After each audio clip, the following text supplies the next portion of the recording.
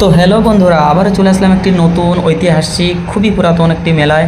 এই মেলাটির নাম হয়তো তোমরা সবাই চেনো বা তোমরা সবাই জানো এই মেলাটির নাম।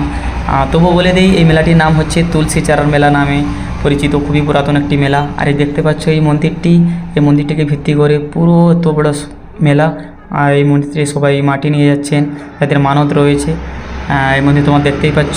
আর এই মন্দিরটি হচ্ছে নদীর পাড়েই মেলা। আর নদী পার হওয়ার জন্য ভাড়া রয়েছে বাঁশের, যেটা আমরা তোমার সবাইকে দেখাবো। এই দেখতে পাচ্ছ, আসলেও দিতে হবে আর এখান থেকে গেলেও দিতে হবে, ডবল দিতে হবে আর কি। সে ভাড়া একটা টাকা দিচ্ছি না, এই জন্য হ্যাঁ না আমরা জানি না, আমরা আসি না তো জানি না। আমরা 6 টাকা দুজনের।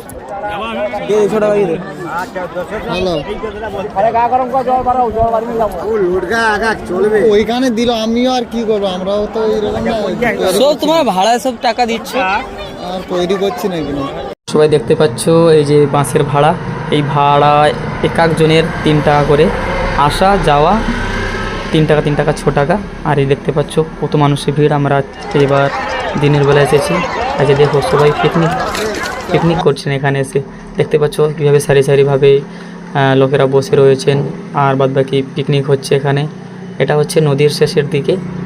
আর আমরা এবার ঘুরতে যাচ্ছি, আর পাখির মেলাও দেখতে যাচ্ছি। এই জন্য আমরা পার হয়ে লোককে জিজ্ঞাসা করে আমরা যাচ্ছি। দেখতে পাচ্ছ কীরকম মেলা। মানুষের ভিড় কিন্তু দিনের বেলাও কিন্তু কম নয়।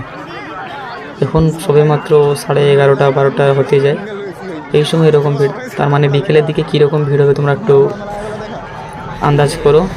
এই যে দেখতে পাচ্ছ মানুষের ভিড়। আর এই মেলা তোমরা সবাই চলে এসো। খুবই একটি পুরাতন মেলা, ঐতিহাসিক একটি মেলা।